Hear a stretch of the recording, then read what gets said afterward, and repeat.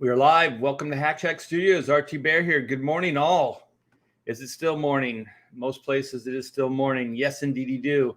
Got my Blackcraft hat on. My daughter works for Blackcraft now. So shout out to Blackcraft. I don't know much about the company, but I think it's fairly sacrilegious. Yeah. So welcome to Hack Shack Studios. I just wanted to do this video. Last night, I saw the trailer for the new Ghostbusters Afterlife. I literally just shouted out like, yes. Like I could not believe how far the movie industry has become from or gone from like just making good stuff that you just cheer for, that you want. And I saw the trailer and I was like, holy shit, this is really good. Like, I don't know how the movie's going to be. I don't know. I mean, there's a lot of people that have, they're like, they have walls and they don't really want to go, hey, it's going to be amazing. Because they've been burned, so they're very guarded about this movie or about these type of things. But at this point, I'm just sick of being guarded, man. When I saw that trailer, I cheered and I watched it like a billion times. I yelled at my wife. I was like, you got to come up here. And she watched it and she was like, holy crap, we got to see this movie. Like, she said that. She hasn't said that about any of the Marvel movies in the last year or so or anything that's come out. And I just think that this, I'm hopeful. Okay, I'm hopeful that Dan Aykroyd and the people that are the caretakers of Ghostbusters, the real caretakers of Ghostbusters, have done the right thing and done right by the fans and by Ghostbusters itself as an IP. And I was very proud of Dan Aykroyd that he spoke out in his own way against the Ghostbusters that came before, and it was pretty bad. It was pretty bad, and I think that when you see these type of mistakes, and this is your baby, right, that you step in and you try to fix things. And so I hope that that's what happened, because like I said, Aykroyd was he was outspoken about it. And so, I mean, if this works out, I mean, this could be inspiration for George Lucas, to come out and say, hey, man, you guys, Disney, you have just screwed up Star Wars. I'm going to creatively be attached, and we're gonna try to fix this stuff, for once and for all. Just stop with the agenda, stop with all this crazy nonsense, and it would be refreshing. It would be refreshing. So I'm gonna touch base with you guys in the chat. Say hi. Hey, Oni64, what's up? Shout out to the Woodlands. Man, we had a crazy ass thunderstorm last night. It was insane. I mean, I swear, man, the lightning was hitting the ground because there was impact. Like, I could feel it. And we had one of the pumps blow out on the pool. I have 3 pumps. This pool is insane. I had 1 pump to run the pool in California, but this one's got 3. And so we have a water feature, this big waterfall, and so it has its own pump. And so we had a guy come out and look at it, and there's a weird thing here in the Woodlands. Like, there's electrical things that can short stuff out. Like, we've also had a whole line of like outlets just kind of blow out at the house here. So we have some crazy ass like thunder and electrical storms. It's pretty cool. Like, in California, you get one like every once in a while, but here it happens on more of a regular basis, but it wreaks havoc on electric, appliances and things like that. I had no idea. So, it's one of the things here in the Woodlands. It's just interesting living somewhere different and learning the way of the land, as they say. Hyper Kaiju, what's up? Howdy. We have Joe Bernardo. Aloha, my friend. So let's see. Past Master Dan, God bless you, young man. Well, thank you. I do appreciate that. Spirits Car says, are you excited about Ghostbusters art? I am not. I understand. I completely understand people's apprehensions. I do. I mean, it's just we've seen these things that we like just be bastardized and just turned into agenda or whatever the hell Hollywood wants to do with these things. They're definitely not trying to appease the fan base. They're definitely not trying to make a movie that, I don't know, not even the fan base, just that universally people will like. It's not even really necessarily the fan base. It's just like trying to make something that's universally liked by the majority of people. And usually when you set out to do that, you find commonality, you find things that people can relate to and latch onto, and that's how you can build success. But agenda, stuff like that, it's going to appeal to a small range of people. You might get a headline because you're virtue signaling and you're a great human being. But other than that, I don't think the majority of people really care about your agenda and your messaging. They just want a good story. That's all I want. Peyton Holden, good morning. What's up? Let's see what Oni64 has to say. We should be careful with trailers nowadays. They like to bait the common people. Like I said, man, I completely agree.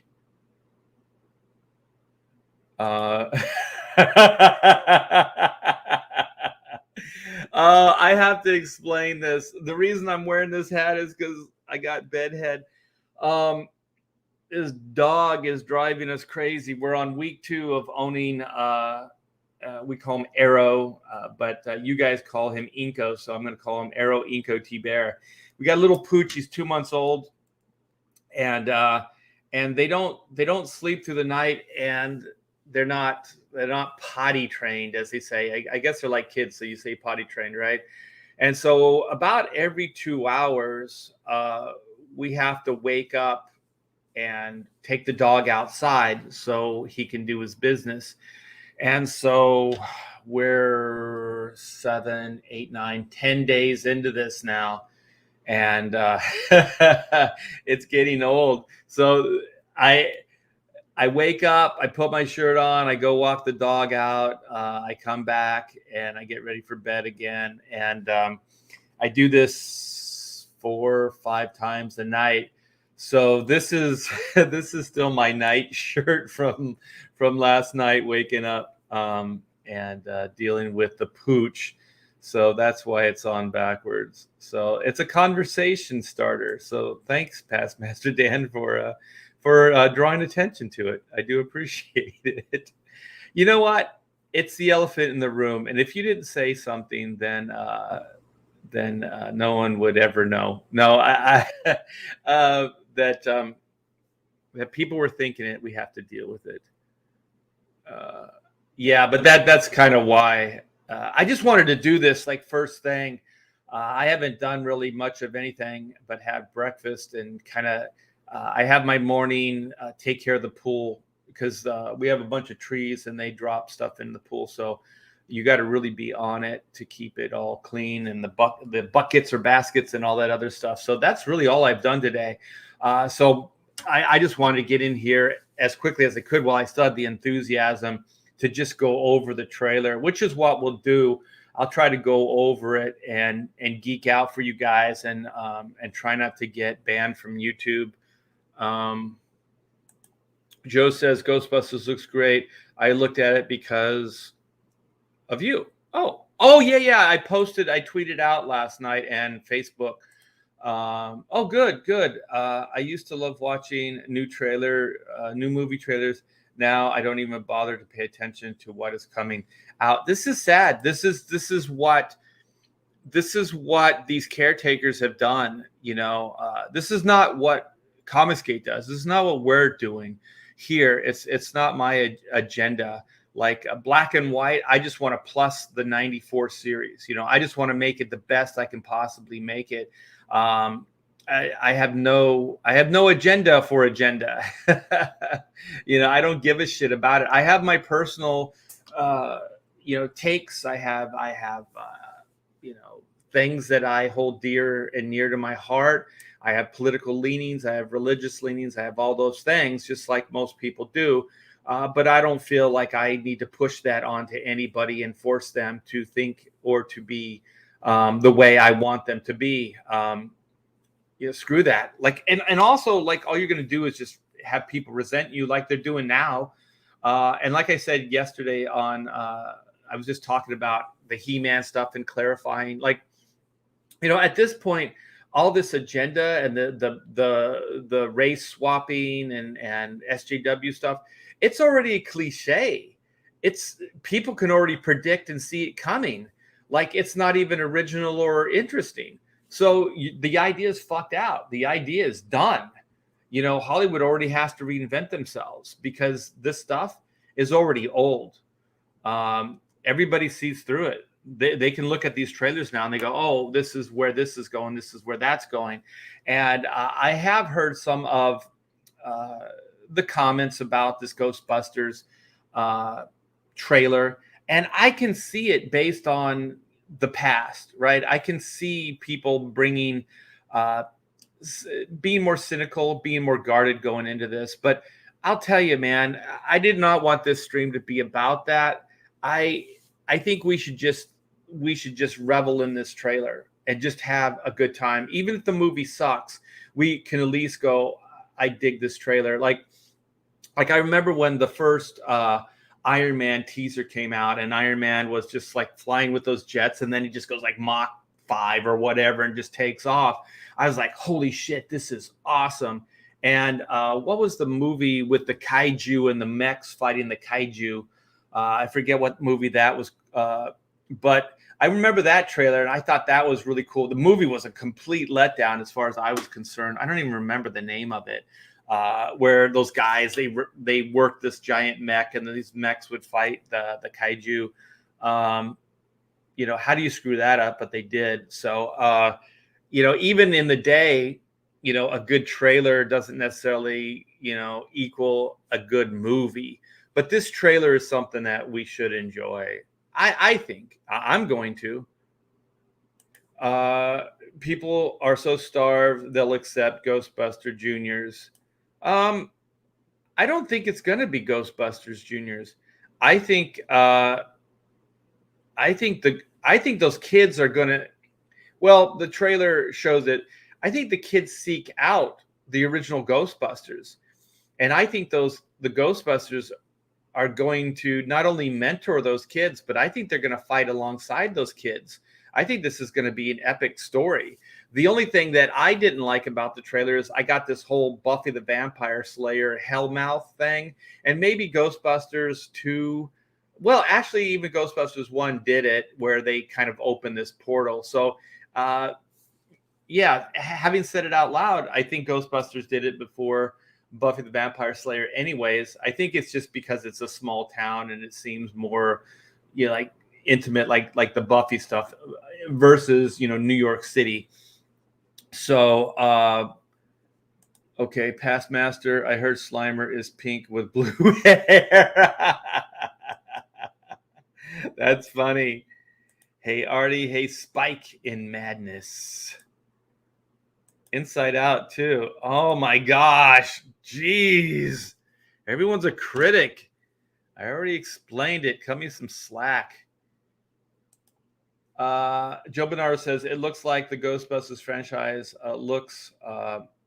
they took the fans' feelings and made a movie to make for the next generation. Possibly.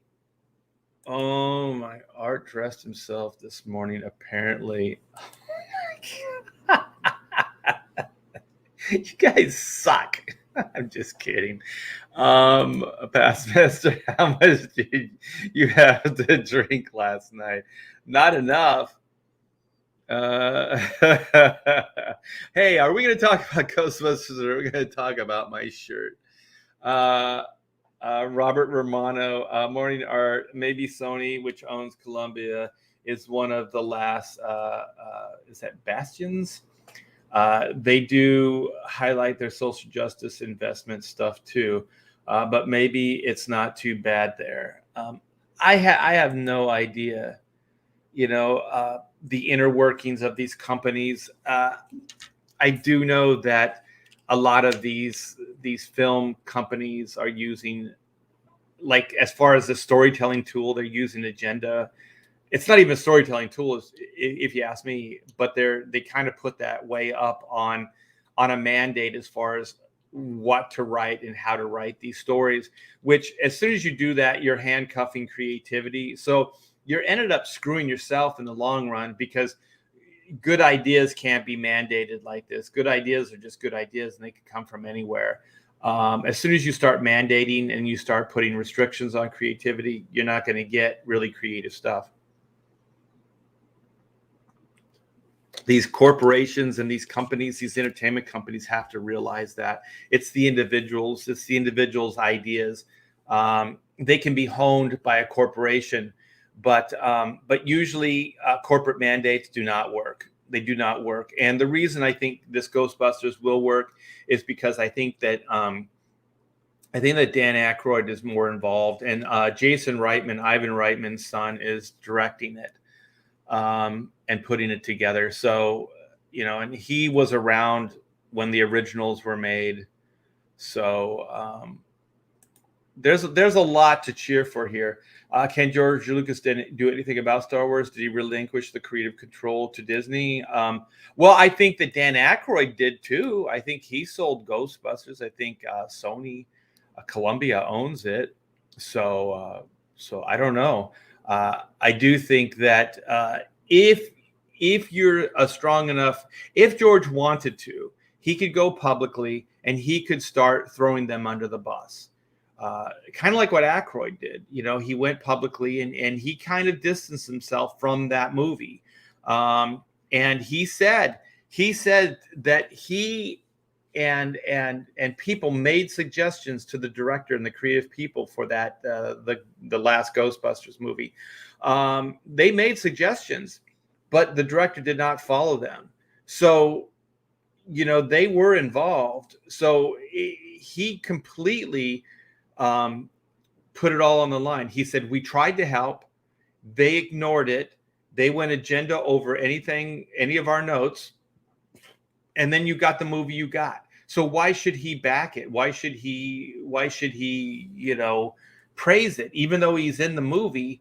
But I did think that it was good. I thought that, he put it out there. And I think if George went public and started saying more of these things in an active way, not just like a proactive way, like a way like that he wanted something to change, he wanted something to happen, I think he could. I think he could get the fan base on his side. And if he got the fan base on his side completely, then there would be one side versus the other. And then maybe we would see a change. I don't know. I don't know. But I mean, it just depends on how much you truly care about your baby, your film franchise, what you created, if this is what you want your legacy to be. Hey, man, what's up?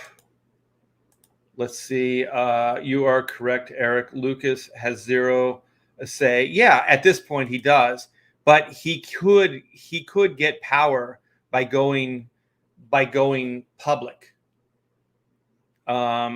Yes, and there's probably contracts, but I'm sure that Aykroyd signed things too. It can be done. And I think you have to just go in and just have nothing to lose. Like, what do I have to lose? I'm going to fight this fight.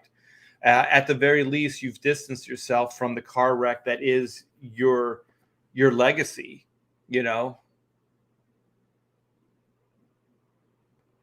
Globally, lightning strikes are up to 300%. Holy shit. Alan Sparks says, howdy art, just working and lurking over here. Flooding in China. Okay, well, let's stay on target. You guys are all over the place. T-shirts, flooding.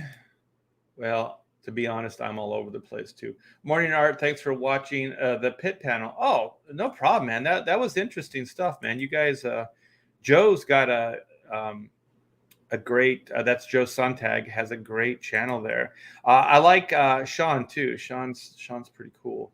That sounds depressing. Let me guess. It is because the school year is going to start. I don't know what that's in relationship to. Wait. It just jumped. How can I keep track of things?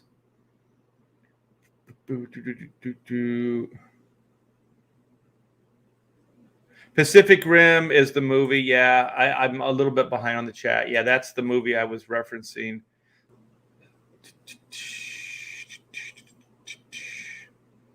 Hey, we got Adam Post lurking. Mr. Mermaid, the Mermaid Lagoon. What's happening at Comicsgate? I don't want to get into it. There's debate whether Indiegogo or Kickstarter right now, but that's a topic for another show. Yeah, I think that they could be the voice, and I do think they have the blessing of George Lucas as well. So maybe George Lucas will be a behind-the-scenes player with these two guys, because I know he supports them. Okay. Okay, so I'm all caught up. Cool. All right, yeah. So let's get into. I wanted to show you guys Chrono Mechanics. You guys have been backing it like crazy. We are a few days out from closing this bad boy, which is going to be. It's going to make me sad because I love these guys. And it's going to make me sad that maybe people won't be able to get this book, at least for the time being. So this campaign has soared in the last couple of days. Thank you guys so much for backing and supporting Chrono Mechanics Retrofit. So we're at 53,929. We're stone's throw away from 54. This would be so cool if we could get this to 55 by the time we close in the next couple days. 787 backers. This thing is going strong, you guys. We closed it at 26,000, almost 27. So we've almost, doubled that. And that's the power of these in-demand stores and just word of mouth and you guys helping support these campaigns. So it would make my heart sing if we could get this to 55, which means that a lot more of you are going to get the book and be able to enjoy Chrono Mechanics. Non-agenda driven book about time traveling repairmen. This is Team 9.2 of Sector 7, the best repair team Chrono Inc. has. These guys do more before the dawn of time than most people do all day, and they are hit with a major dilemma. There has to be teams of 4. So all these teams, the Chrono Mechanics are teams of 4. And spoiler alert, they lose a team member at the beginning of the story. And so they are faced with a new recruit. And so they're stuck with this guy, this 70s rock god, Doug. He's known as the D in his timeline, the D, the rocker, and he doesn't like to work. He's not a manual labor guy. He thinks work is a 4-letter word. He wants nothing to do with it. So he's kind of a slacker. So he's all about sex, drugs, and rock and roll. That's pretty much his thing. So the story is, can these guys whip him into shape? Can they turn this slacker into, a productive team member? We'll find out. And all along, because of all the delays and misadventures that happen along the way, the machine really goes kaflooey. So one of the things about this concept, this idea, is that time literally is a big machine that was built in the fabric of the cosmos at its inception. And so this big machine, since it's old, it breaks down a lot. So there's a company called Chrono Incorporated that's entrusted in repairing the machine.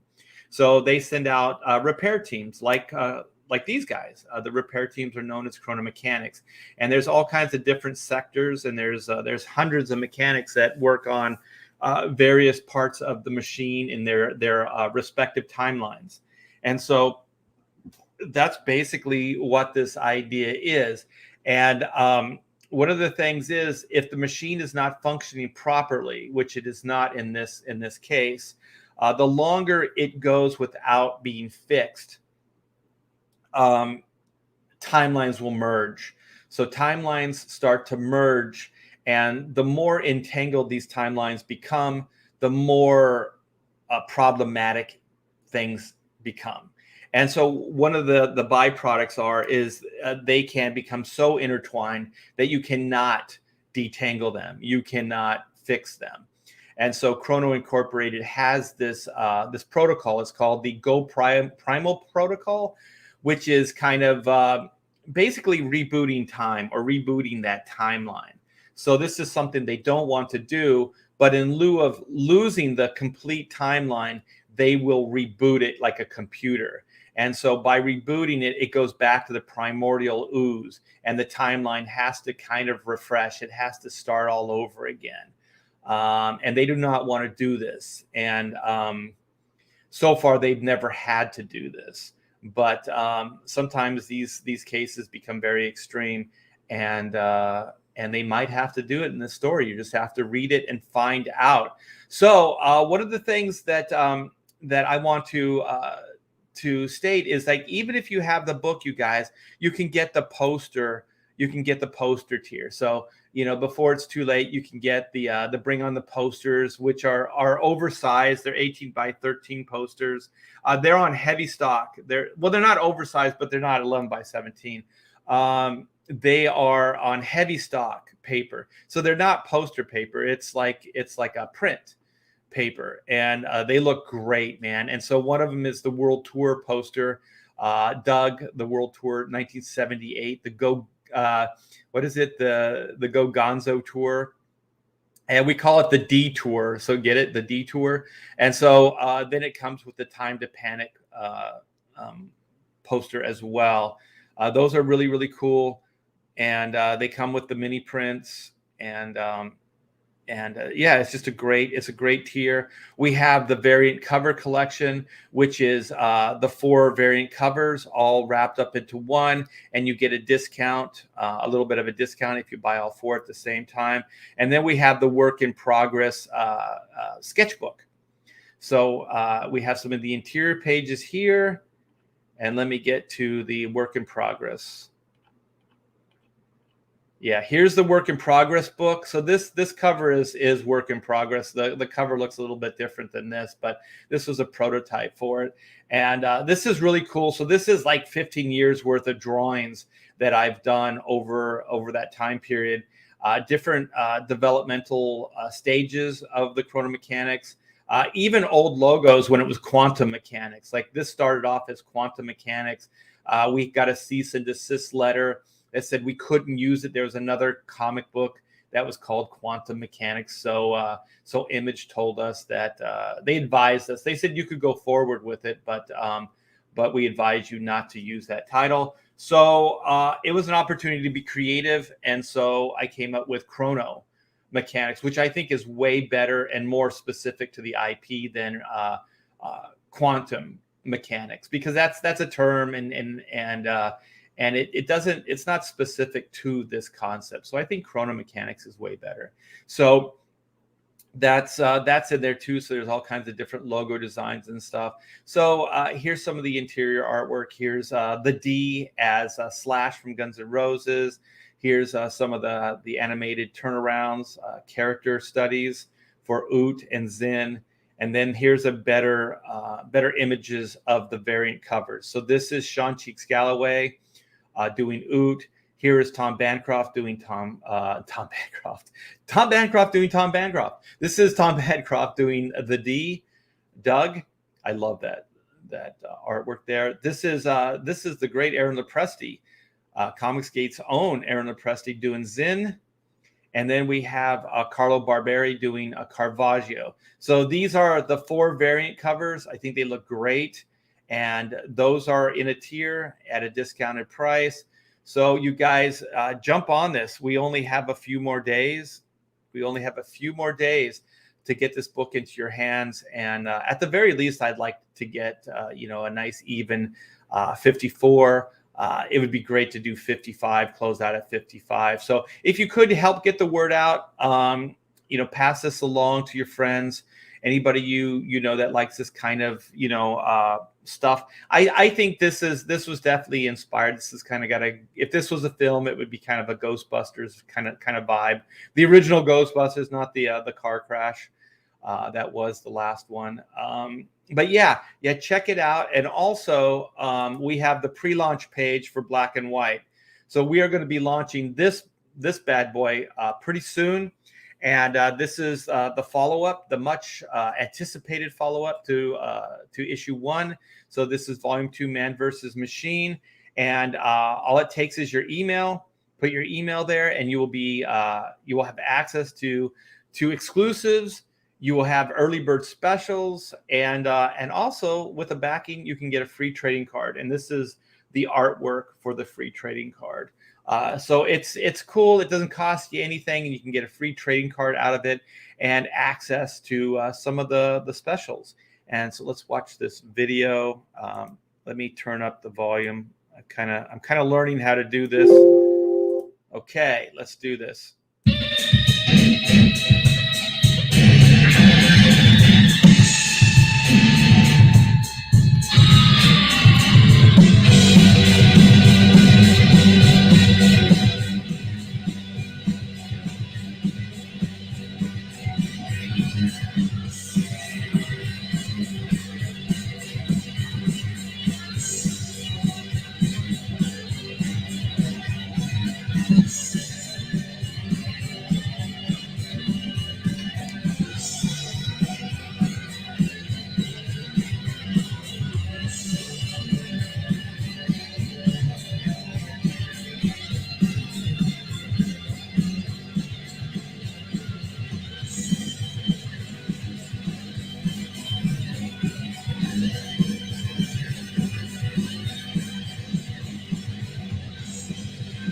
Only speed.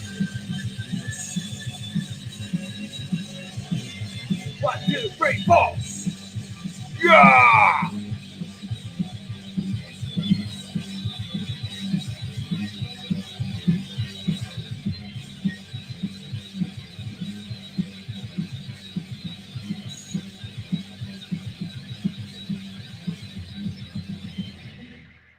There you go, guys. There you go. Near and dear to my heart, Black and White. I work on it every day. This book is kicking ass, man. You will not be disappointed. We started off as a 48-page book. This is I don't know if Joe knows. Well, he does know. He does know this now, but we haven't really put in concrete the finale yet. But I've added 4 new pages, so it went from a 48-page to 60-page to now 64-page, and we are going to have a stretch goal to release 4 pages of epilogue. So this will be an epic 68-page book, almost 70 pages. This follow-up is going to be absolutely amazing. You guys are not going to be disappointed. I just saw this. It's good enough idea for, yeah, exactly. Yeah. He completely ripped off Chrono Mechanics. Chrononauts, one of the things is the design that I came up with for the characters was kind of like a spacesuit merged with like coveralls, like denim coveralls. And so that was basically the idea for the designs. And Chrononauts is exactly that. So curse you, Mark Millar. If that is your real name, Millar, whatever. Let's read this. I feel like if I looked into the actions and past of every platform or every creator, I could find a reason not to support them. So I prefer to be ignorant. Yeah, I think it's at some point things can be a little daunting. Oh, you guys are getting into the Kickstarter stuff. Um,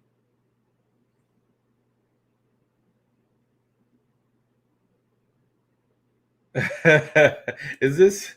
I only back on Kickstarter because Indiegogo has openly supported Black Lives Matter.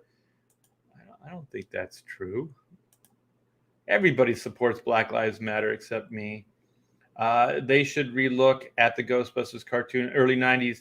I never watched those cartoons. I thought the designs looked pretty cool. There was the real Ghostbusters and there was Ghostbusters. I always get confused. But one was based on the movie and one was some weird thing. But I think it was the real Ghostbusters are the ones that kind of did like a cartoon version of the characters, which I thought the drawings were pretty right on. Yeah, just for the record, I'm just going to say it. I have used Kickstarter in the past. When I started using, when Pamela and I started using Indiegogo, it's a superior platform. Keeping track of the backers, every backer gets a number. It's so much easier to troubleshoot. Kickstarter didn't have that.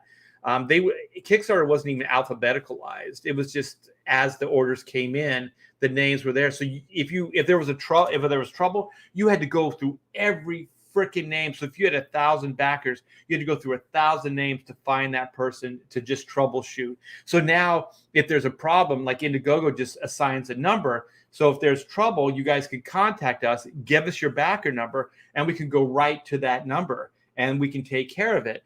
Kickstarter is a nightmare. It's not even a good platform, to be honest. They might have fixed it since, but the only reason they fixed it is because Indiegogo made a better one. So just it's a better platform. It's more user friendly, and also it's the platform. As far as I'm concerned, it's the platform for Comicsgate. So that's my 2 cents on that. But I do want to. I'm going to go over the trailer with you guys, and then I'm going to get back to work. Chrono Mechanics is awesome. Are you going to have a Chrono Mechanics 2? Indeed, yes. I already have a story. It's based on the seven wonders of the world, and then the seven wonders actually just disappear from time. They just go away. And so one of the things that Chrono Incorporated now has to do is they have to rebuild the seven wonders. I thought it'd be fun, like a construction thing, that they have to go rebuild them. It's just kind of like until they can find out what happened and where those things went, they're going to start rebuilding them. So I thought it would be fun to actually show the mechanics build stuff. And then while that's going on, they're going to try to figure out what happened to the seven wonders. And then what you will find out in the story, that there's actually an eighth wonder of the world. Indeed. How's that for a pitch for Chrono 2, Electric Boogaloo? There's also another story that I had done in the day that I might put out as well. So it would be the books didn't sell very good in the day. With Comicsgate and stuff like that, we have a way better reach. We have a better fan base, and so I just want these books and these stories and these concepts to be read and to be enjoyed. So I might do that as well. Just kind of resurrect that storyline and just see how it holds up, and then if I still think it's worthy, I might put that out as well. I'm not sure the order of everything yet. I really do want to follow Black and White with Black and White with another storyline. Joe Fulton and I are already talking about a follow up. I think the key with Black and White, the next Black and White story arc, is what I want to do is I want to do one and dones. So it's going to be really, really hard to get a complete story into a 48-page format or a 60-page format. So I'm going to have to give it a shot and see what happens. If not, they might have to be more like 100-page stories or something like that. They might have to be more in depth. But the idea still being that it would be one book. So there's still some details there. Like the creative process is like, what you want, but then reality is like gets in the way, that type of stuff. So you have to work around it. So good morning, Art and the chat. Hey, Skip Edwards. Let's read this. Joe says, how did you come up with the idea for Chrono Mechanics? There was a lot of different like process. Like there was another concept that I was creating. I always liked the Captain Marvel kind of thing where a character or a person can become something else, So Billy Batson says Shazam, and then he becomes, Captain Marvel, or he becomes Shazam, which is weird. But they can't call him Captain Marvel anymore, but I still do.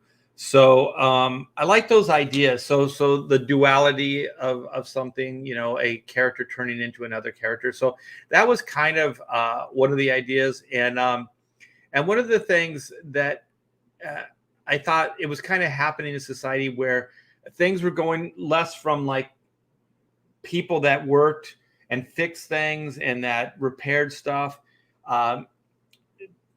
Society was looking down on those people like, oh, you need an education. These people aren't educated. They're not college education, educated.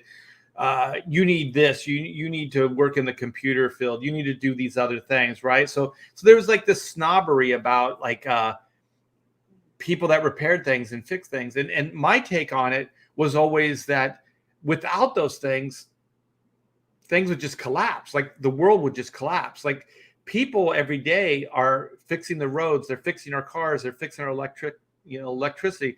They're doing all these things. And most of the time you don't even know they're doing it. So I was intrigued with the idea of like most of the time you don't know they're doing it. And I always like time travel stories. So I think that like those three things kind of always were present. So it was just like a combination of those three things. And then I was getting into more cartooning, things like that. I always thought that drawing and stuff like that was all realism. Like you had to learn from nature. And so also when I started drawing, I wanted to be an illustrator. So everything was kind of reality based. It wasn't really cartoons. It wasn't really like animation.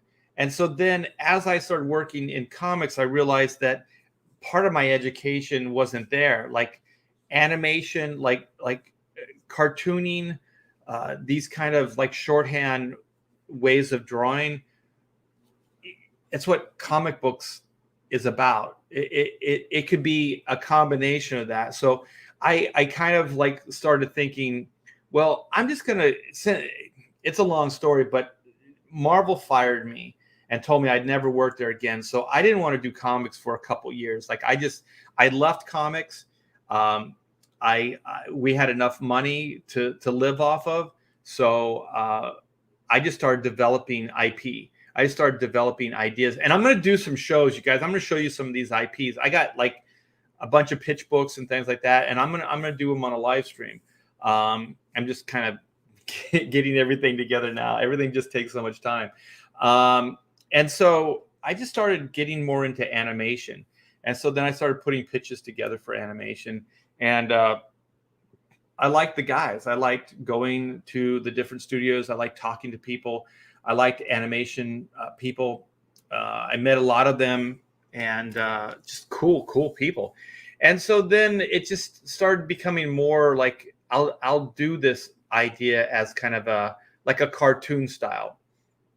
And so then all those ideas just kind of came into one, and then Chrono Mechanics came out of that. I can't say that I ever had like this like epiphany that everything just fell into place.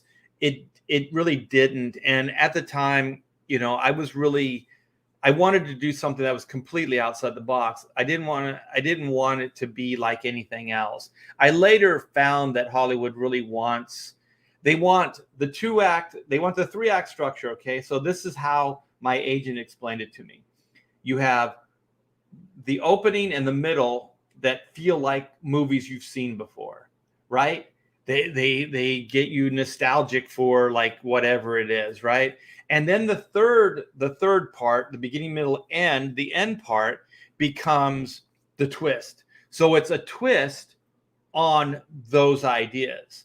So I know Mark Miller came up a lot on Ethan's stream Monday, I think, when we were all hanging out. And so what Mark does is they're good comic books, and I don't want to seem like, like, because we were talking that they're good comic books, and they are. But what he does is he finds familiar ideas, and he does them like the first 2 acts or whatever, and then he throws a twist in there. So these are familiar ideas with a twist. So that's kind of what his formula is. And if you look at a lot of his IP and things that he's created, if you just tear them apart, that's kind of what they are. They're 2/3 something you've seen before with 1/3 twist. So they're easy to sell because people go, they might not be aware of what it is, but it'll feel familiar to them. So then it sucks them in, and then there's the twist. And that's how they sell. That's how they were selling movies and things like that in trailers. Oh,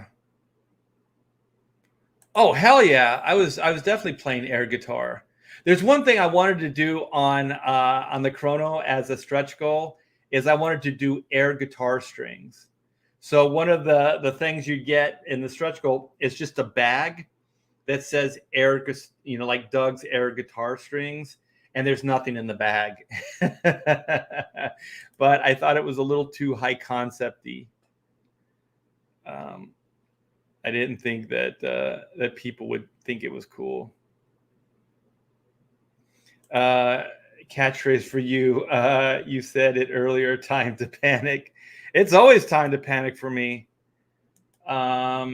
I still have hope for a black and white animated show. Well, I hate to burst your bubble, but that fell apart as well. I do believe it's because of Comicsgate. It's all you guys. It's your fault. No, it's not. I'm here because I dig it, man. I think Comicsgate is the best. But I think in lieu of moving forward on it, he thought there would be too much heat, and so he bailed out. So it's all good. I mean, he didn't say anything along those lines. He didn't give me an exact reason for it. Just that, he's got too much going on right now, and he doesn't feel like he can do it justice. Just too many things happening. He's too busy. And so that's kind of where that went. But I went into it kind of thinking that it wasn't going to happen anyway. And the good thing about it is the contracts. I never gave up any rights to him and this animation company. So it's in the contract that if the two parties agree, they can just the contract becomes null and void. And so then we just agreed to just go our separate ways. So that's good. I mean that. There wasn't a lot of baggage, I guess. So, and like I said, I kind of went into it knowing that it probably wasn't going to work out, but I was hopeful. You got to try these things. And with Hollywood, everything is pretty much it's out of your control anyway. That's why eventually I would like to, with Comicsgate's help, like where we just start funding animated shorts, video games, all kinds of stuff, and then we just bypass Hollywood and these other places. So Eric says, I proudly take the blame. It proves how powerful I am. It's your fault. I have, Past Master Dan says, I have broad shoulders. Hit me. Let me see. I'd rather see Chrono Mechanics as an animated show. Well, to be honest, it was kind of The first pitch that I did for Fox was a comic book. So it was kind of at its inception, it was always kind of a comic book cartoon. It was always kind of connected, the two ideas. So yeah, I think it would make a great video game too. Try to fix time, before time goes kaflooey. That's right about Mark's Kingsman, Bond, and Emma Peel, Avengers. Similar, but a twist. Yeah, there's always a twist, and that's why it seems different. Let that be a lesson, Art. Don't do business with cowards. Yeah, but the thing is, you don't know what they're like before you get involved. You know what I mean? So you still have to have faith. You still have to go in, hoping for the best, because all this stuff everything's a Hail Mary pass, right? You never know, what people are like. But that's why, if we can do it, if Comicsgate can do it, then we just exit the cowards out, right? So we just fund this stuff ourselves. It's going to take millions and millions of dollars. Like what Ethan's doing right now is freaking gutsy, man. With the toys are expensive. We got to get that guy up to that 400, K goal and beyond. So, we can have pioneers that are going to knock down these barriers and get all of us into these places, that we can do a lot of other things. Comic books is great.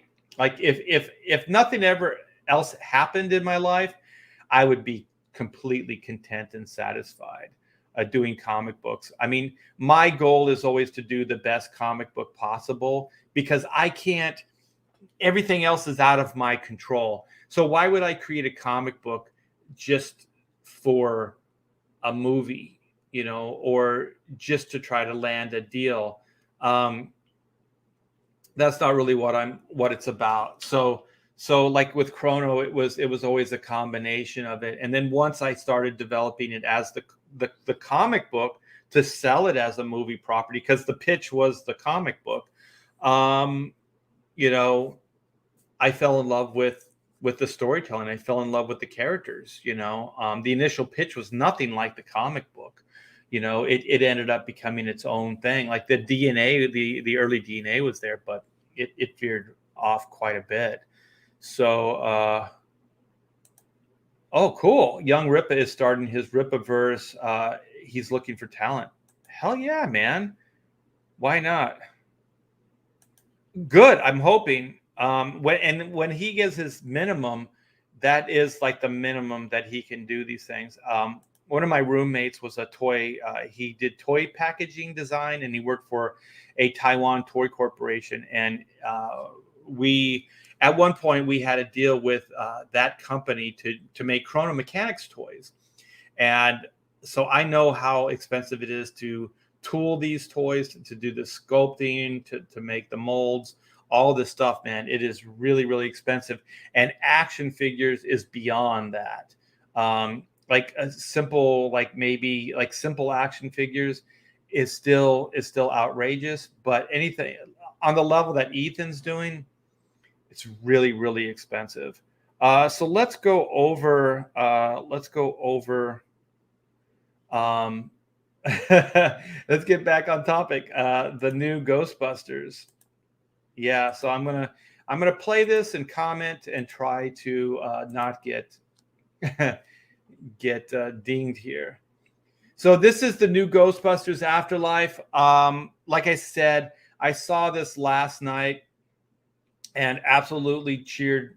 I just cheered out loud. I thought it looked amazing.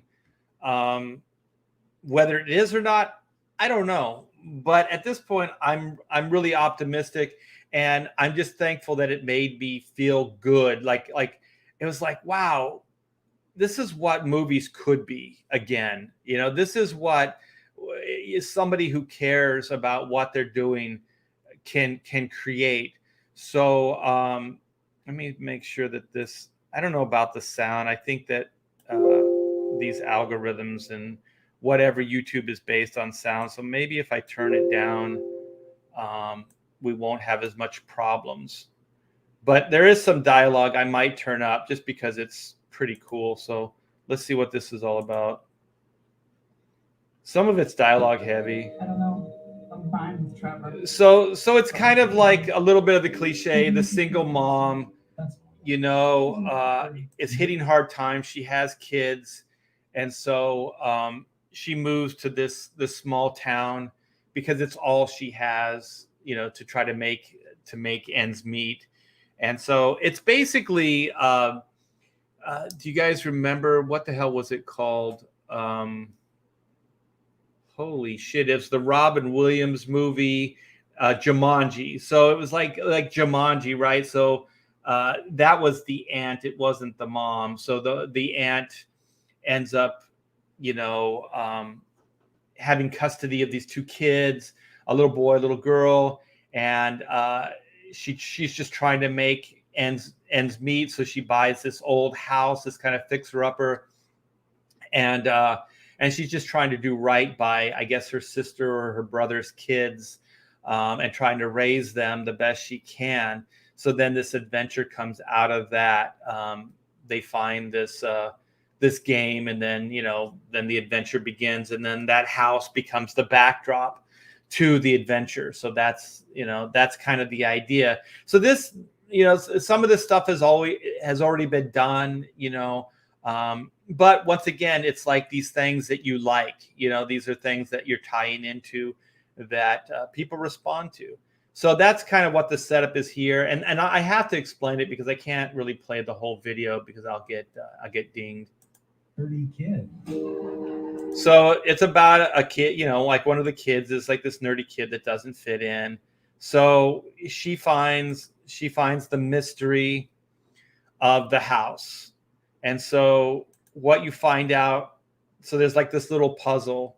So she's smart enough and she's clever enough to figure that out. So there was also, I forget what it was. It was based on a kid's book, and it was a book that these kids found, and there was this looking glass thing, and with the looking glass, they could see all these kind of miracles and these things that were out in the yard. And then you find out that the dad or whoever it was, the uncle, had written this book. I forget what it's called, like something spider something, and Spiderwick. Maybe it was Spiderwick. And so, you know, the house and the backyard and everything becomes the backdrop. So it kind of feels like that, you know. So then there's this smart kid. She figures this out, and I have to play this. I thought it was cool. Who's in trouble? There's still time. This right here. Okay, so she opens it up, and it's just perfect timing where, you know, the mom or the caretaker of these two kids is kind of like, she's such a good kid, I just wish she'd get into trouble. That is such a contemporary bullshit kind of thing. Like, I just wish she would get into some trouble. Like, come on, you know. But anyway, it works for the video, so or for the trailer. So this is the trouble right here. Look at that. Like, it's just perfect timing. When she pulls out the ghost trap, I was like, oh shit, this is cool. I dig this. Yeah. So then we go to let's see, the car. So we established these kids. They kind of all hang out. I'm sure they're all kind of you know, underdogs or nerdy kids. So they kind of hang out. This looks like an old mine or something like that. And so there's one of those carriage elevators. And so it looks like the Midwest somewhere. And so they go over, they establish, oh, well, you know, these two are kind of falling for each other. So, you know, we have a little bit of that modern day kind of thing happening here, which I'm not opposed to, as long as it doesn't get heavy-handed, like just make it matter of fact, mixed race, people fall in love. It does happen. So, it's a reflection of life. Just don't virtue signal and don't try to give yourself points for doing it. That's when it becomes whorish. So we get to see that. We got a couple beats of the kids, so they're trying to establish the kids. They show a little bit of the area around. There's nothing to do. Obviously, there's just a bunch of barren hills and a bunch of cars. And I thought this joke coming up is pretty good. Oh, let me see. Where does this go?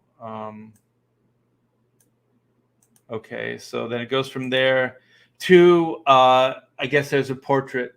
There's a photo inside the house of the 4 original Ghostbusters, and I guess Egon, this is like his house. I'm assuming. I don't think they clearly say it, but it's Egon's house, and that it's probably the woman or the whatever is Egon's daughter. I don't really know what the connection is as far as family, but they made the little girl look a lot like Egon, which I thought was kind of cool. So you kind of know that she's a stand-in for him in the story. Father wasn't much of a homemaker. And then this I thought was good. He wasn't much of a homemaker. So I don't know if they're alluding that, because they had kind of a thing, Annie Potts' character and Egon. So I don't know if they're trying to say like that the kids are like theirs, or that somehow they're responsible for this next generation. Or I don't know. I don't really know where they're going with it, but she's here. And her line is really good. He could hardly keep the power on. Let me play the whole thing. It's pretty good. The music is really good too.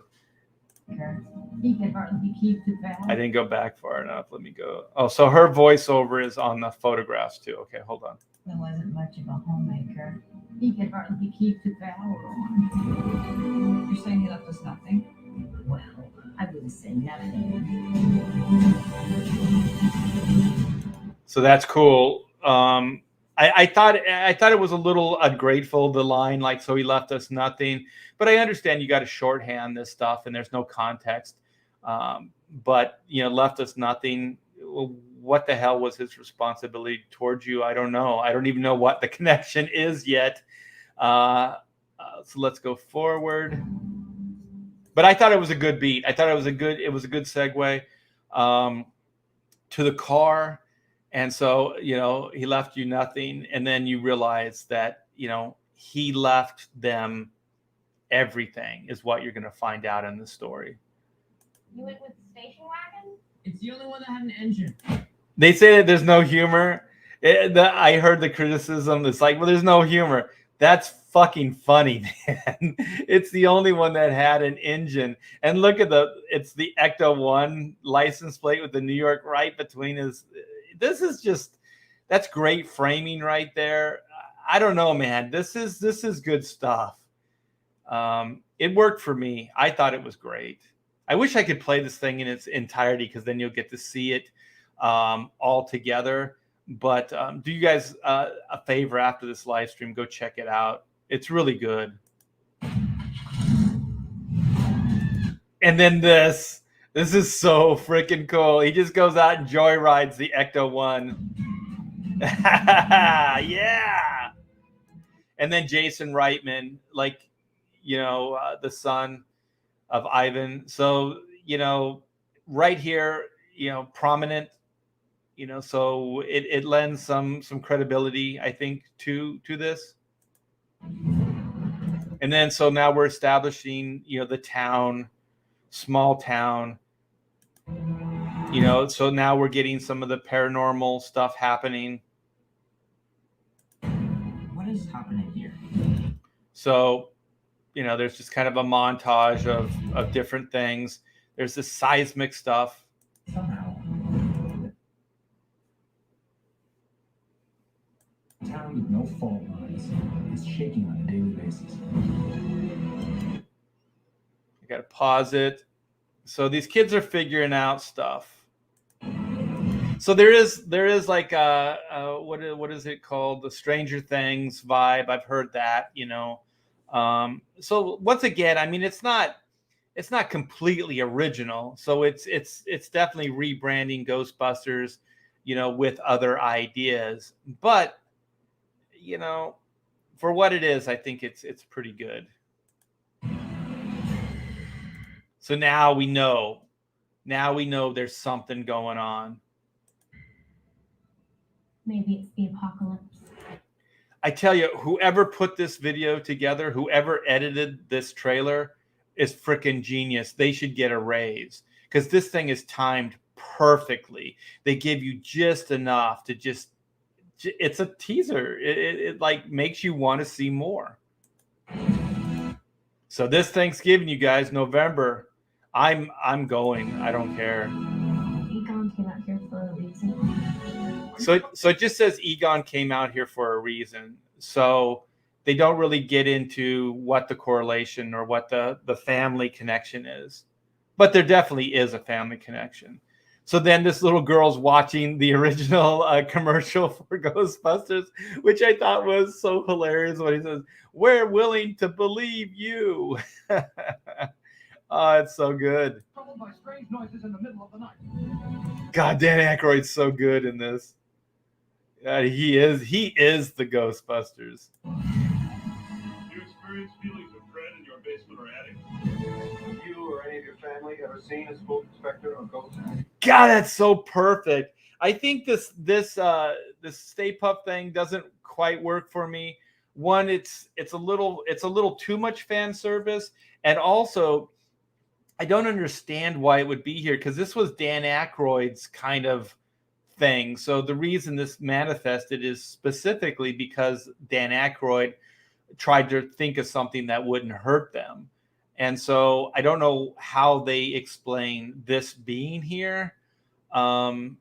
So, I guess it's cute and it's a way to sell little mini Stay Puft. And it's obviously got licensing written all over it. So they're going to sell a lot of Stay Puft marshmallows in the future. If this doesn't come across too horror-ish, I guess. If it has a good story reason, you know what I mean? And then they do the thing through the nose, which I think they did in what was that Disney movie Frozen, where that snowman gets the carrot through the head. So then they turn this one guy into a s'more. So then good reaction there. Paul Rudd's getting some age on him. Look at the wrinkles. He's only going to be able to play Ant-Man for a couple more movies. But then this, I don't know what the hell this is. Like this must be because that looks like what the hell was that? The Entity, the one that had the flat top. That was definitely from that time, art directionally speaking. Gozer, was it Gozer or whatever it was? But it looks like this is some kind of, it's weirdly like an Egyptian tomb. And so it looks like that, where that supernatural energy came flying out and then that bird cage, it looks like it goes down into this source. So this is where you're going to start finding out what, Egon was going for. So it is a legacy. It's a passing a torch, but it feels organic. So Egon, found it. The Ghostbusters, are older now. So this supernatural thing that was happening in New York City wasn't just the only thing. So I imagine this is like seemingly the instigator for all the supernatural stuff that's happening on Earth. So I'm assuming, I don't know for sure, but based on how epic this looks, that's what I would say. Ghostbusters was always kind of like a small, like they just gave you snippets of things. This scene alone looks fairly epic. So it looks like the supernatural world has gotten a lot bigger. Oh my god. So yeah, this is pretty big as far as scale. So I imagine all these swirling things are spirits and ghosts and poltergeists. So then you hear the growl like you did in Ghostbusters. You guys hear that? So it looks like, yeah, like it's definitely some kind of entry port. You know, I mean, they did this with Buffy. They did this with like I said, Ghostbusters did it before all this stuff, but they also did it with Stranger Things. Things coming. So now we get the bigger plot, right? So all hell's gonna break loose. So all these supernatural things that have been kind of teased earlier on are actually just going to hurt people now. This is like heavy duty stuff. The whole city. Like a walking. So there's an old miner. So this looks like maybe it was an old mining town. Dead. There's this one, oh man, that looks pretty intense. There's this this scene right here is an obvious plug for Walmart, but he is really booking it. And then this is so Ghostbusters right here. The way the thing slides, it's cool. And then just the timing of this is so cool. So now the kids jump into action. The car is full bore, and I dig that there's this little like remote kind of vehicle that has the box, the spirit box or whatever they catch the trap.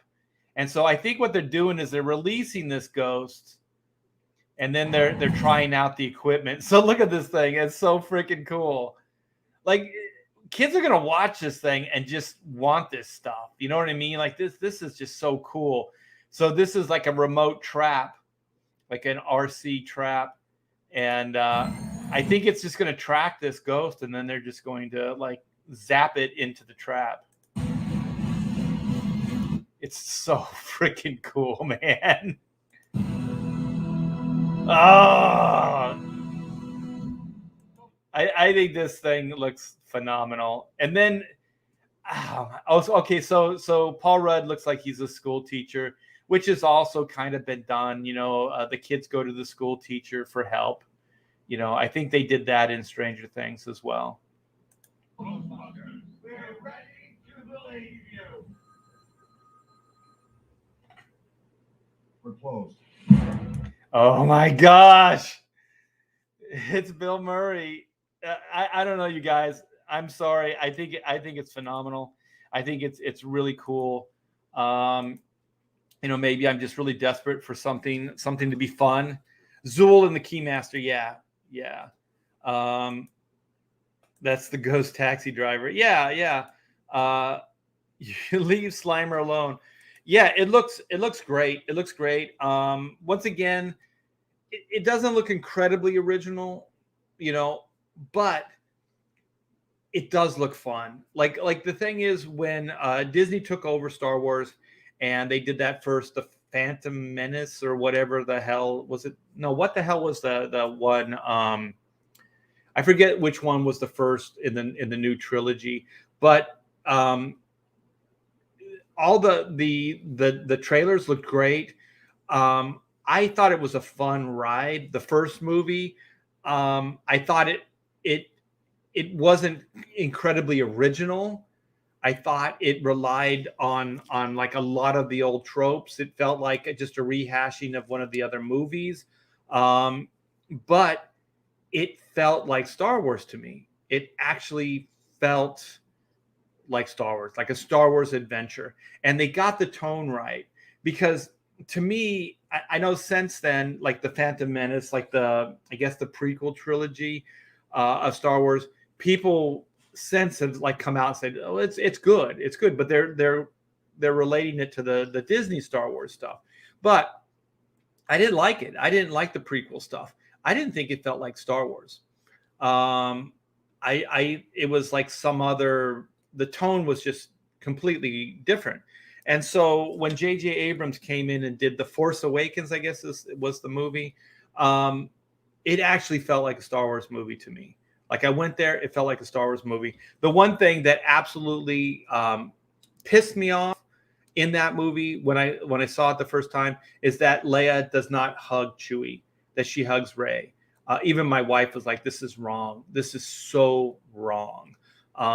If you had a heart and you cared about these characters, you would not miss that. So that was, for me, that was a real early warning sign. But based on the first movie, I was thinking they're just gonna reintroduce you to this world. They're gonna make sure they get the tone right? So they're gonna try to set you up on this tone, and then they're gonna tell the story that they're gonna tell. And I thought, for the most part, if that's what their agenda was, which that's what I thought their agenda was, mission accomplished, right? I'm intrigued. The next movie is going to be the one that's going to make or break it. That's the one that's going to develop these characters as their own.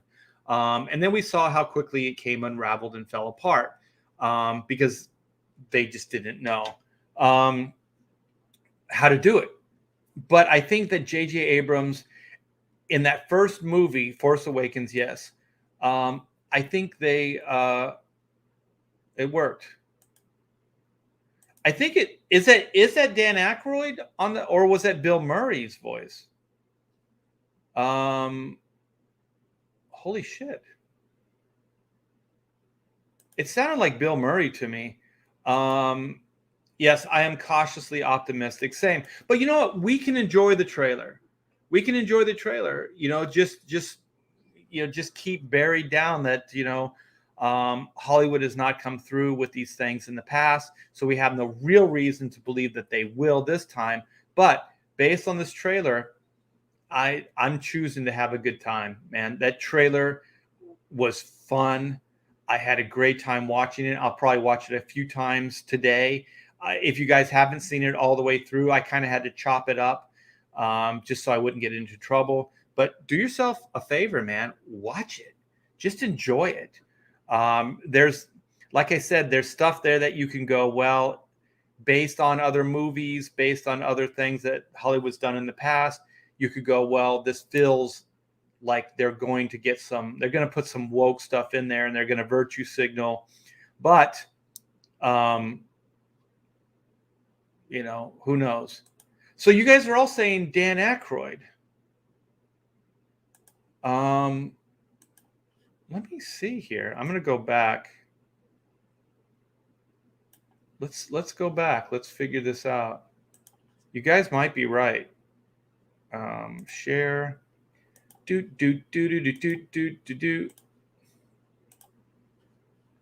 Okay, so I think I got it queued up here. They're ready to believe you. We're closed. Oh, it is. It is Dan Aykroyd. You guys are right. Yeah, you're completely right. It makes more sense too, because Dan Aykroyd was more of like the heart and soul of the Ghostbusters. So he was the guy that was kind of moving it all forward. And then Egon was like the brains, like the more like Gizmo, and well, not Gizmo because Ray actually helped, but he was more like the science guy. And then the face of the organization was Bill Murray. So Bill was kind of like the guy that sold it, to the general public in his own way. Lisa says everything looks better than the 2016 Ghostbusters. Completely agree. There was no new trilogy.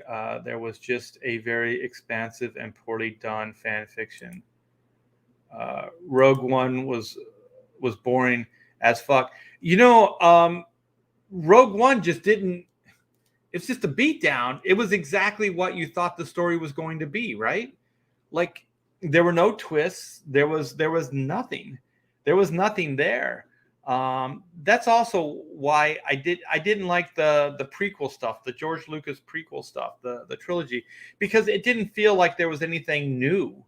It just felt like you were getting the story that you already knew in 6 hours, in 3 movies. There was nothing that changed it up at all. It was pretty linear. Yeah, it's Dan Aykroyd. You guys are right. You guys are completely right. Stop beating me up. Better than what we got. Let's see what Stolman says. Nobody was a great movie that just came out recently. So some are getting past the woke patrol. Yeah. And hopefully what would be fantastic is if Ghostbusters came in and just kicked everybody's ass, got everybody out, of this COVID, lockdown, and supported this movie. One, that it was a great movie, supported it, and then we got theaters back on their feet, and then we could just use this as an example. This is an example of what people want. And this is example, if you build something that actually has merit and has credibility, people will go see it and they'll support it.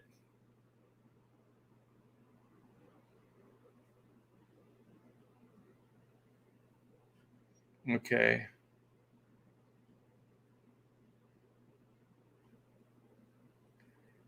Yeah, other than the Darth Vader scene, really not much. And the Vader thing, felt it didn't feel like they really knew what to do with Vader other than just have a killer action scene at the end. And then that Carrie Fisher thing, that is that uncanny valley stuff. That was weird, man. I thought that was it didn't go like, oh, there's Carrie Fisher. It was like, oh, this is weird. This is really weird. So maybe that stuff will get better. I hope so. I want AMC stock to go up. I like the movie experience. I like getting out. I like the event. That's why I like the Comicsgate thing. Like, these comics are events. They're red carpet events. I like that. I like feeling like looking forward to something. Taking your family to go somewhere and just have a good time for 2 hours. I like that. I like the immersive theater. I like being with a group of people, like watching a concert, and just, when things are jiving and grooving, you really feel connected to everybody around you and the movie. Watching it at home still doesn't have that same feel to me. So I would like to see that become viable again. And I'm just so fed up with this whole freaking COVID shit, this lockdown bullshit.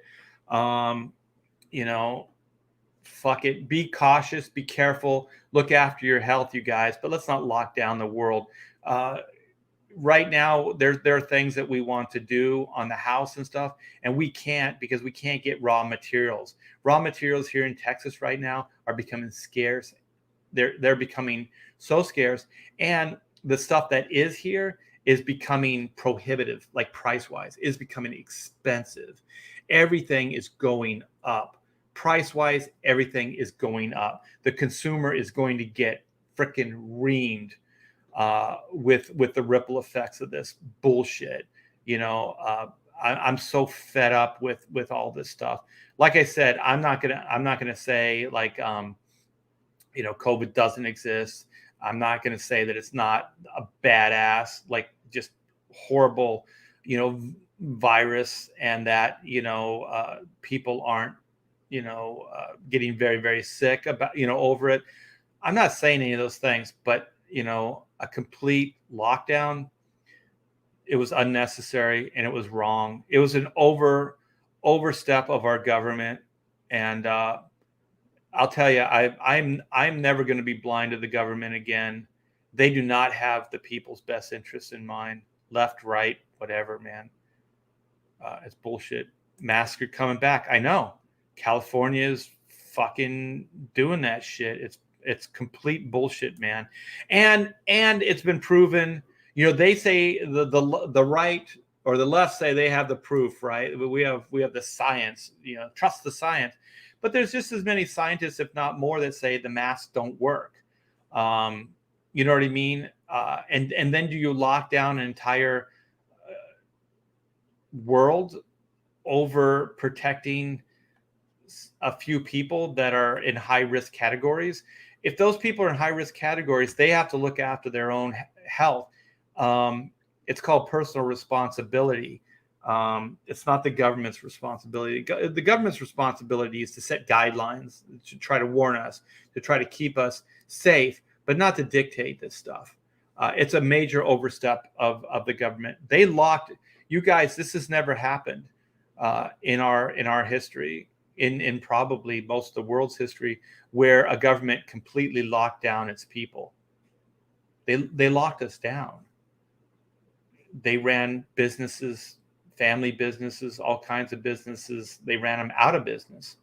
And then they put hardships on a lot of family households. I know a lot of people that lost jobs, that are scrambling now, that had to move out of their states, had to sell their homes, you know, just all kinds of bullshit. To not take those things into consideration and just say, you know, if we lose one person to COVID, that's one too many.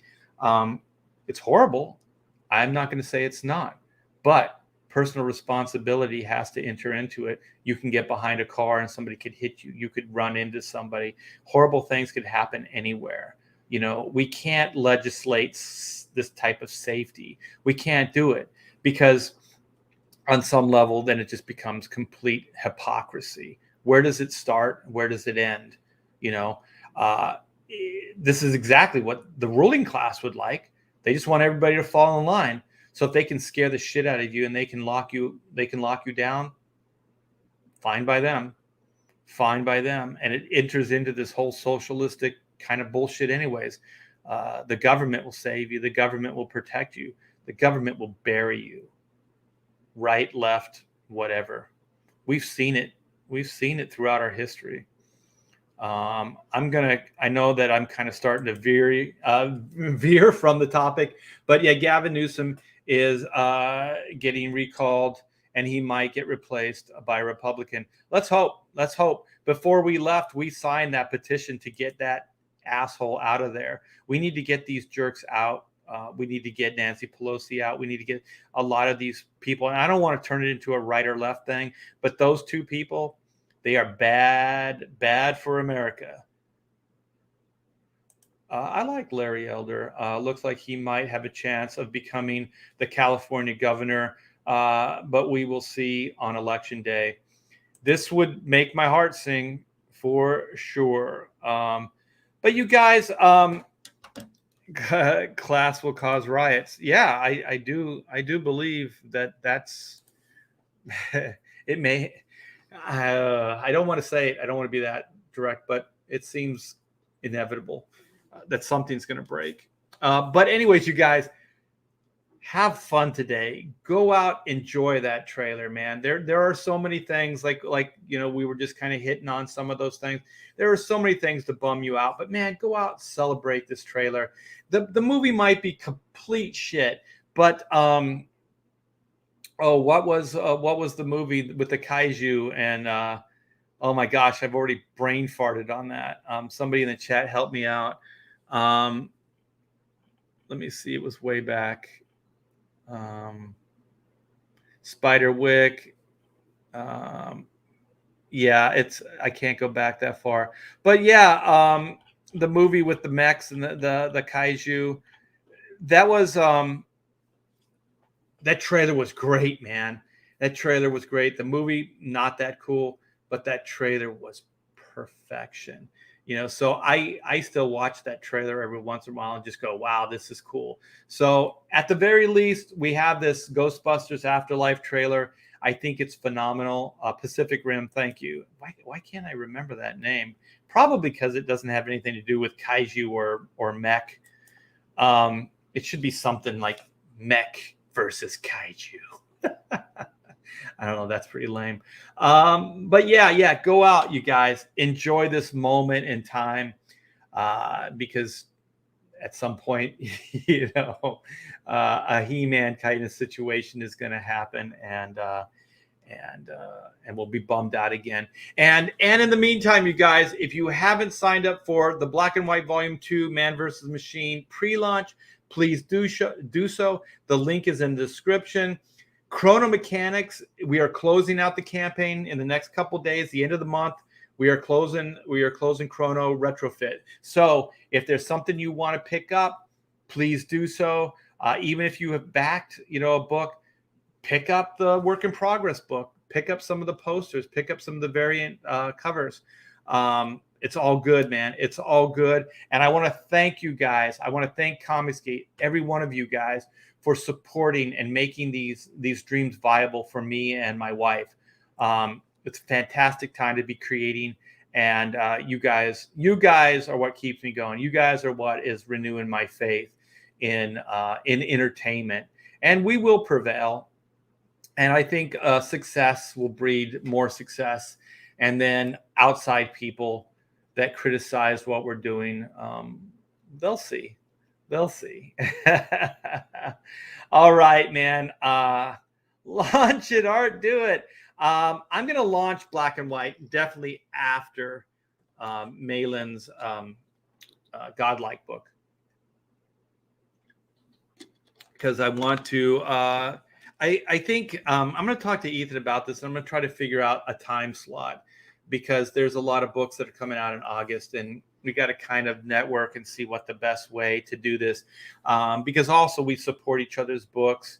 So we don't want to step on each other's toes as far as launch dates and things like that. Art, the Eighth Wonder. Nah.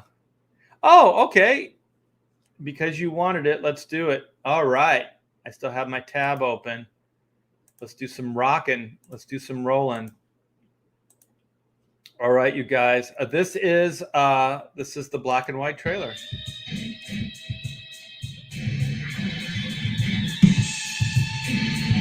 I dig this thing, man.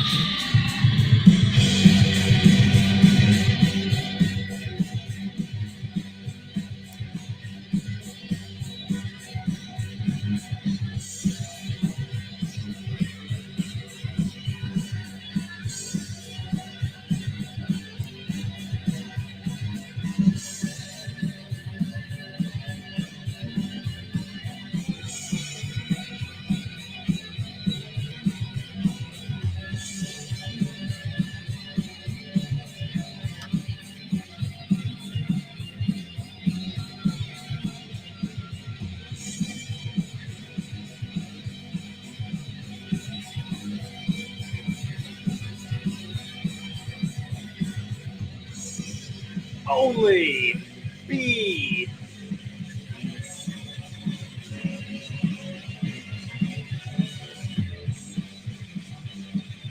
Woo!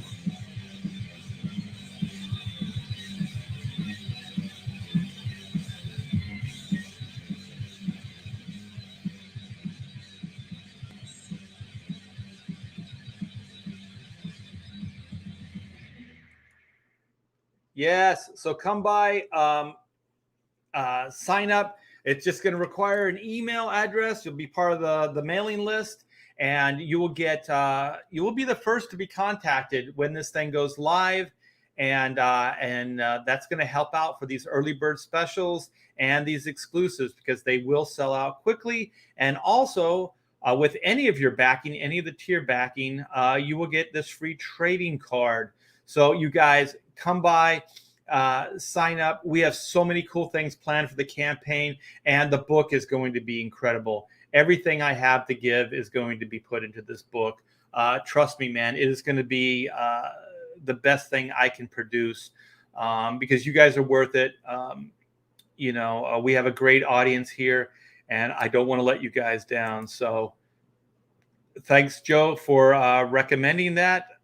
It's a blast to see that trailer. That's Red Gaze, who has Sunsworn. So go support Sunsworn as well. It looks like a great book, if you guys like dragons and sword of sorcery and sci-fi, that's your book right there, man. And Red Gaze and I are working on the video for the campaign as well. And the first draft looks great. It looks incredible. So, I should say this because Pamela always reminds me. The books that you guys have ordered. So one of the things we did here is I have a bunch of books, like comps from Marvel and DC throughout, my entire career. So those boxes behind you are some of them. And what I'm doing is, in lieu of just not knowing what to do with them, I'm making them available to you guys. So maybe we'll do another type of opportunity where I give you guys access to it. So the idea is 6 books, $30, and all the books come signed. So they're all from all over the place. Let me see if I can find some of the more vintage stuff. And some of them are trades. Like this would be one of the 6. So this is a trade, a flash trade. Here's a Ethan Van Sciver drawing on the back. I'm putting these in as well. So this is the Kevin Smith Batman Widening Geyer. The Superwoman, this is a trade as well. So some of them will be trades. I put the books away, actually. I don't have them here anymore. But some of them will be floppies. But there'll be 6 of them, and it's only $30, $5 shipping, and I'll sign all the books. And so Pamela reminded me at breakfast that I think all the orders, the last shipment is going out today. So she's putting the last books together and going to mail those out. So you guys just know some of those books have already gone out. Some of them went out yesterday, and some of them, I think the remainder will go out today or tomorrow. So you should be getting all those soon. Also, not black and white, but Chrono Mechanics. The book is done. So if you back the book today, the book will go out within a couple days from now. And so all those Chrono Mechanics orders that we got, this big rally that we got the last couple days, those books are going out as well. So that pretty much updates you guys on all of that. So, if you backed a Chrono book, look forward to getting it within the next couple days. And if you back it, today, just know that within a couple days, that book will go out as well. So I received mine. Did you get, Pam, a drink from me? I'm not sure. I always treat her well, though. We go out. We have a good time. Your work is worth it. Thank you, man. Let's see what Vilnan says. Hey, Vilnan, thank you so much. You always retweet this stuff and give me a shout out. I always appreciate it, man. You're a good ally to have for this stuff. Art, I already have my great black and white one, but for those who haven't, will they have the ability to get issue 1 in the black and white 2 campaign? Yes. So what we're going to do is we have just a few of the original print run of volume 1, and we have a few of the original variant gray Capullo cover. So those are going to be the exclusives. Those are going to be the things that are going to sell out quickly. That's why I'm trying to encourage people to go in and sign up for the pre-launch page. Then you'll have access to that stuff quickly. And because that stuff will sell out, because we really only have a couple of those. But what we're going to do is I'm going to put a new cover on volume 1. So we'll have volume 1 available, but it won't be the original print run. And the original print run is going to be a little bit higher price just because of the rarity of it, because that's it. That's the print run. The print run will be gone. We'll never print more of that version of the book. But like I said, we're going to put a new cover on it, and we'll make that available. And that will be at the normal price. And then I do believe we have, like, we did a second chance, Black and White Volume 1 second chance campaign. And so we printed up some variants of the Greg Capullo variant. So I think they call them virgins. They don't have the logos on them. And so we have more of those than the original Greg Capullo cover with the logo and everything. So we're going to make those available as well. But those are limited. Those are limited as well, so we're only going to have a couple of those. So all the original print run stuff, I get in early because that stuff will sell out quickly. So let me see. I sent 10 by PayPal for Pam's hard work behind the scenes. Oh, well, you know what? I'll tell her that. I'm not sure that she got that, so I'll make sure that she goes out and does something nice for herself. So thank you so much, man. I know she'll appreciate that. You guys are the best. Oh, Vilnid is a avid Kickstarter supporter too. Well, good. I mean, like I'll never tell anybody, what to do and what not to do. It's just my thing.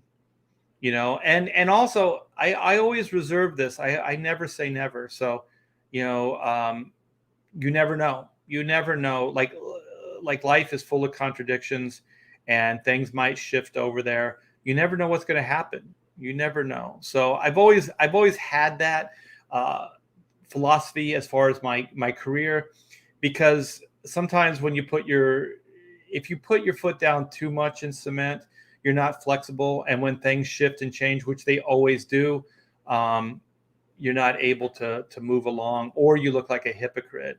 So if there are people that want to do both, fine, do it. That's your prerogative. And it's just up to the individual who supports you, whether they like it or not. You know what I mean? That's it. It comes down to that. And that's it. It's not that complicated. So if somebody just likes, supporting Indiegogo, that's fine. If somebody just likes supporting Kickstarter, that's fine. If you like supporting both, that's fine. I never quite understood, like, there are like people that like, oh, I just collect Marvel, I don't like DC. Like, you don't like DC? DC has Batman. DC has the Justice League. There's some cool characters over there, man. How could you say that? And by saying that, you're limiting like your stories. Like, you're only Marvel.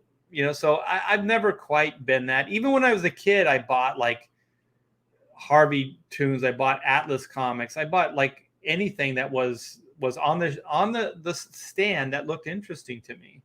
So that was it. I have preferences, but I never really just limited myself. Chat, we need to back Comicsgate books. We need to back creators who care about their fans, not the big two. Back Art and the other guys, Andy, Aaron, etc. Oh my gosh, Joe, thank you so much, man. That was very heartwarming, very heartfelt. Thank you so much. You're gonna make me emotional. Yeah, there's passion here, man. There's passion. There's passion for creating. There's passion for just interacting with people. I mean, this. I look forward to this all the time. So much I end up spending more time on these things than I always intend. They're nice sidelines, definitely. I was just going to do an hour, but you guys are the best, hanging out with you and such. So I want one more plug. Indulge me on one more plug. We have a Pontificators tonight. So we're bringing Pontificators back. Last week was a huge success. We got some of the old gang back. We brought some new people in. I'm hoping to get Peter in again. Peter Samedi. He's in the green room now, so he's definitely invited. We're going to bring some other comic skaters in, and then we're going to have our standby, the originators of the Pontificators. So that is going to be. I think it's 8:00 my time. So that would be 9:00 Eastern Standard Time.